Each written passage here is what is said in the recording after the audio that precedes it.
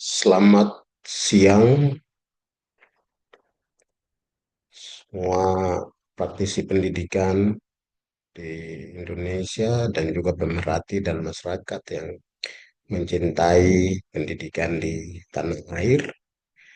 Pada saat ini saya hendak mempresentasikan satu topik tentang pendidikan, yaitu dengan judul atau topik rapuhnya pendidikan karakter kita.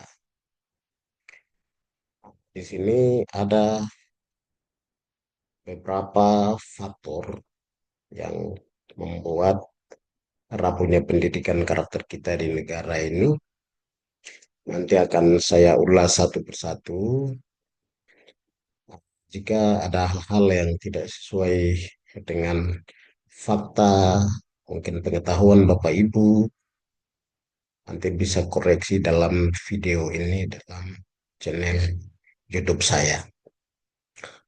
Dan bantuan kritik konstruktif dari Bapak Ibu di luar sana dapat memperbaiki apa yang saya sampaikan, dan itu menjadi tanggung jawab kita bersama dalam memperbaiki sistem pendidikan kita di negara yang kita cintai, yaitu Indonesia. Oleh karena itu, saya mulai dengan presentasi hari ini. Seperti saya katakan bahwa judul dalam presentasinya adalah rapuhnya pendidikan karakter kita. Di sini saya mulai masuk dengan ada beberapa faktor penyebab rapuhnya karakter anak bangsa, terutama dalam pendidikan. Ini menjadi tanggung jawab berat bagi semua orang. Jadi bukan tanggung jawab guru saja. Memang guru dan juga dosen, akademisi yang mengajarkan tentang pendidikan di fakultas-fakultas keguruan itu memang menjadi tanggung jawab langsung, tapi juga di sini ada perlu tanggung jawab dari berbagai pihak, termasuk masyarakat, kemudian rohaniawan, kemudian juga komunitas-komunitas tertentu harus dibentuk, karena tantangan kita, negara kita itu sangat berat. Kenapa? Karena negara kita ini dalam bentuk kepulauan dan sangat terpisah-pisah. Akses-akses yang dijangkau oleh para pendidik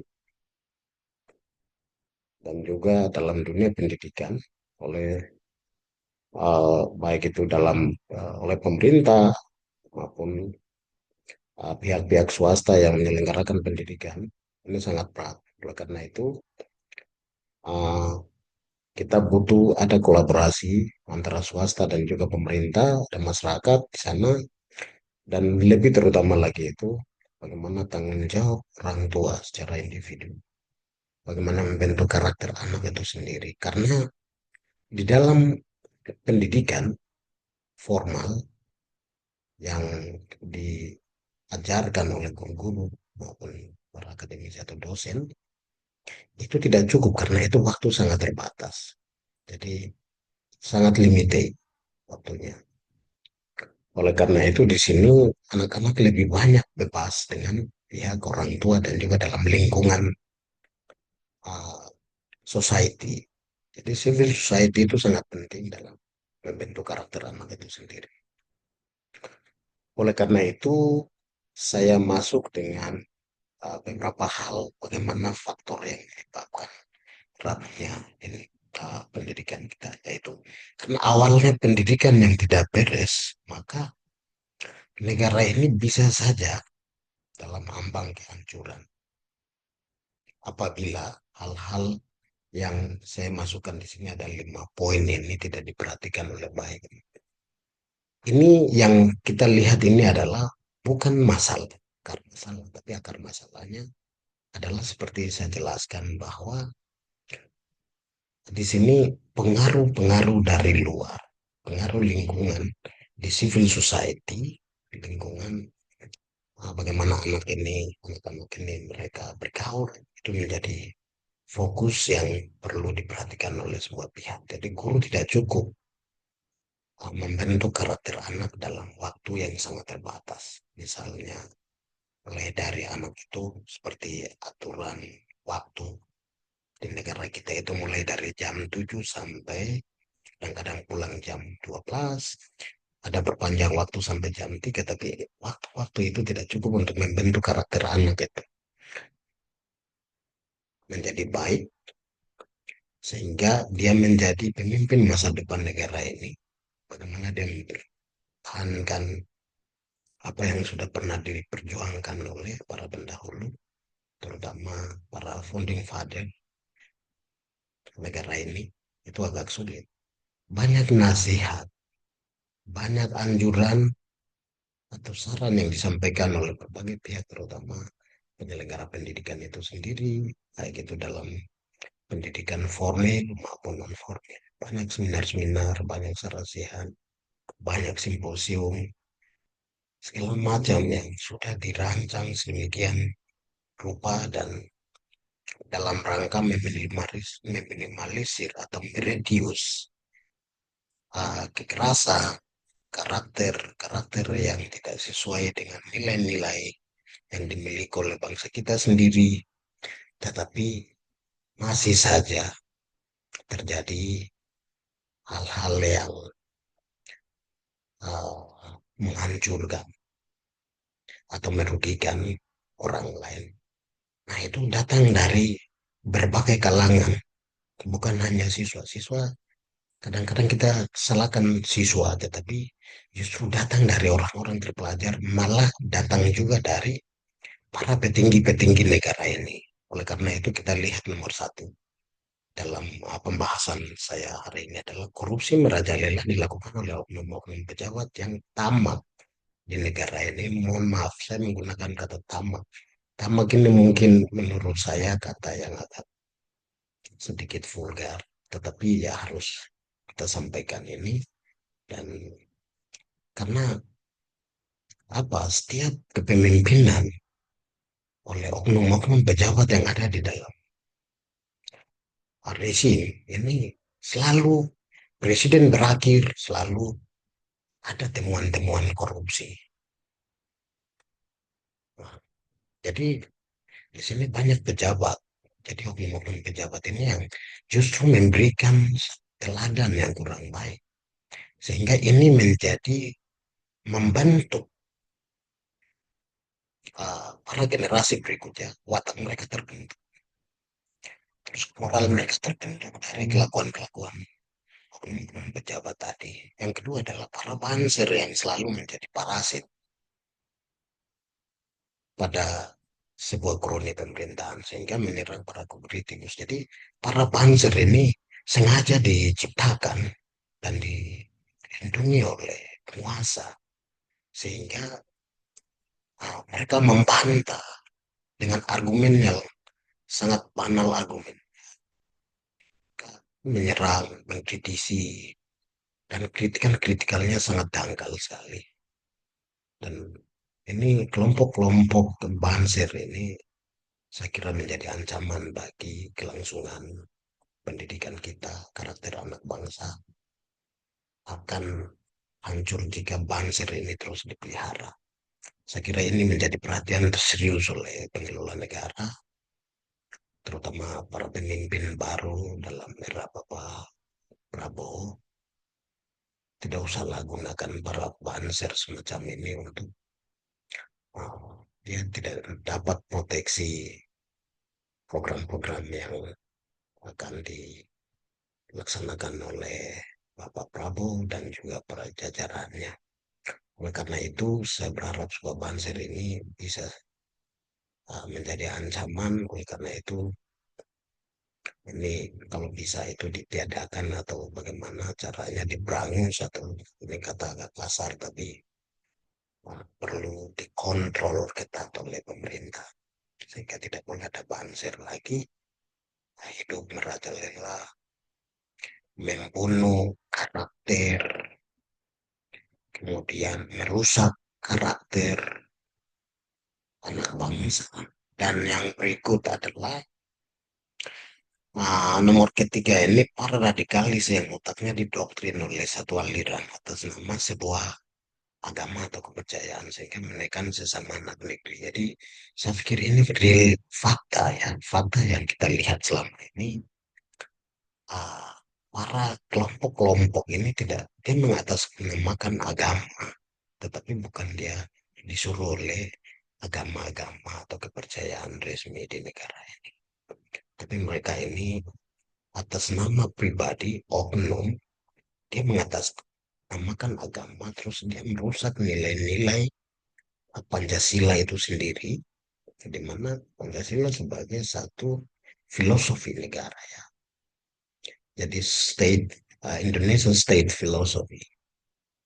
Oleh karena itu ini penting sekali diberi perhatian oleh pemerintah supaya hal-hal semacam ini tidak boleh ada lagi di negara yang multicultural dan juga multi etnik dan juga multi religion. Oleh karena itu diharapkan pemerintah kita bisa mengontrol juga kelompok radikalis yang otaknya didoktrin oleh aliran tertentu ini. Sehingga harmoni itu tercipta di bangsa kita atau negara kita. Yang berikut adalah adanya rasisme dan penekanan pada kelompok minoritas, entah itu suku, agama, kelompok etnis di Nusantara Katulistiwa ini. Jadi kami memiliki satu negeri yang begitu julukannya indah, yaitu negara Mutiara Katulistiwa, tetapi di sini kita tidak rawat dengan baik karena adanya rasisme yang secara masif. Nah, itu kita bisa lihat dalam berbagai platform sosial media. Dan ini memang agak sulit kontrol sosial media, tapi paling tidak kesadaran semacam ini perlu dibangun dalam pendidikan, dalam dunia pendidikan formal maupun non-formal. Begitu juga tanggung jawab ini juga bisa dijalankan oleh para rohaniawan kita, yaitu berbagai agama yang resmi kita miliki. Jadi di sini peran rohaniawan atau para ustadz, pendeta, pastor, kemudian eh, apa namanya haji. Saya kira ini penting sekali. Ini turun tangan langsung agar uh, anak-anak bangsa ini tidak hancur oleh uh, pemahaman radikalisme. Seperti kita tahu bahwa radikalisme atau rasisme ini sangat tidak diizinkan oleh banyak negara sudah sadar bahwa rasisme itu rasisme adalah musuh bersama. Seperti di Amerika banyak sekali orang kulit hitam dijadikan sebagai slave. Jadi slavery ini terus dilakukan oleh malah itu dibuat dalam undang-undang itu apa segregasi rasial itu. Tapi negara kita ini kenyataannya kita berlandaskan pada filosofi negara kita itu atau falsafah negara kita itu Pancasila sendiri. Tapi kenyataannya bahwa watak-watak penghuni uh, negara kita itu banyak sekali watak-watak rasis ya. Dan banyak sekali orang-orang tertentu dirasis oleh kelompok, pribadi atau oknum. Nah, ini yang menjadi perhatian kita bersama. Nah, ini datangnya dari mana? Karena ini pendidikannya rapuh. Sehingga mental kita juga rapuh, moral kita juga rapuh. Dan ini berbahaya bagi kelangsungan negara kita. Oleh karena itu, sejauh atau sedini mungkin kita perlu hindari dengan uh, pendidikan-pendidikan yang fokus atau orientasinya pada pendidikan moral. Mungkin alokasi waktunya dalam menteri yang baru bisa diambil lebih banyak agar uh, anak-anak yang usia anak-anak sampai remaja ini perlu dibentuk pendidikan karakter. Dan yang berikut adalah kelompok oligarki yang selalu berusaha untuk menyengsarakan rakyat pemilik Nusantara. Jadi Nusantara ini dimiliki oleh rakyat, bukan oligarki. Para oligarki ini tidak punya tempat. Mereka ini satu kelompok kecil, tapi memiliki pengaruh luar biasa untuk menyengsarakan rakyat. Itu fakta kita lihat banyak sekali kelompok oligarki ini bermain atas nama masyarakat lalu mereka semakin kaya. Dan ini sebetulnya wujud dari watak moral yang sangat, sangat disayangkan, moral yang rapuh. Jadi mereka ini orang-orang yang rapuh secara moral. Mereka hanya ingin sejahtera sendiri, enjoy sendiri, atau happy-happy mereka dengan keluarga mereka. Tetapi masyarakat pemilik negeri ini disengsarakan oleh kelakuan atau tindakan-tindakan para oligarki ini. Jadi saya kira itu menjadi beberapa poin atau 5 poin, tapi ini hanya bagian kecil. Saya pikir masih banyak faktor-faktor yang lain, atau ini bukan faktor, tapi ini akibat dari mentalnya atau rapuhnya mental atau moral bangsa kita, terutama sekelompok ini perlu jangan sampai kelompok ini makin besar itu berbahaya bagi kelangsungan negara kita. Saya kira itu 5 poin itu menjadi fokus pembahasan uh, kami saat ini. Kemudian di sini saya simpulkan dari 5 hal yang sudah dibahas di atas. Jadi kelima poin ini merupakan akar persoalan. Di sini saya masukkan akar persoalan, tetapi ini juga bisa menjadi akar. Jadi dia secara hierarki, awalnya mental yang rapuh, orang-orang yang tamak tadi, atau berapa poin tadi, itu itu karena pendidikannya juga kurang, sehingga dia berakibat dia melakukan hal ini. Dan hal 5 hal ini terjadi bukan akar masalah, tetapi dia menjadi um, apa akibat dari moral yang tidak beres atau moral yang rapuh, moral yang tidak dididik baik, terus orang yang tidak terdidik dengan baik ini maunya mau jadi kaya sendiri, mau menang sendiri, akhirnya terjadi ini. Jadi, tapi ini juga menurut saya bisa menjadi akar persoalan yang lain, yaitu bagaimana masyarakat meronta, masyarakat menuntut keadilan karena kelakuan-kelakuan yang terjadi. Sehingga kerapuan kita itu terjadi karena 5 poin ini menjadi akar moral kita yang rapuh. Apakah semua itu terjadi oleh karena masyarakat kita tidak berpendidikan? Tidak juga mereka. Jawabannya bisa ya dan juga tidak relatif. Jadi orang berpendidikan tidak mungkin lakukan hal-hal seburuk semacam itu. Tetapi bisa juga, mungkin karena terdesak, mungkin karena ada kesempatan, bisa juga orang berpendidikan dia berlaku semacam itu. Orang yang berpendidikan tentu memiliki indera yang baik dalam mengontrol diri. Seharusnya itu standarnya itu seperti itu, self control. Tapi orang-orang yang melakukan hal semacam itu sesungguhnya orang-orang yang kelihatannya berpendidikan, tapi sesungguhnya orang-orang yang tak berpendidikan, yang tak bermoral. Jadi orang berpendidikan tetapi berlaku, maka mereka itu adalah kelompok orang-orang yang tidak berpendidikan dan tidak bermoral. Karena pendidikan tidak mengajarkan semacam itu. Hal buruk seperti itu banyak ditemukan dalam berbagai platform media sosial baik Facebook, WhatsApp, TikTok, YouTube, dan juga platform-platform media yang lain. Dan juga oleh karena itu, materi saya kali ini juga, ini saya juga sudah tayangkan atau saya menulis sebuah artikel populer di Kompasiana.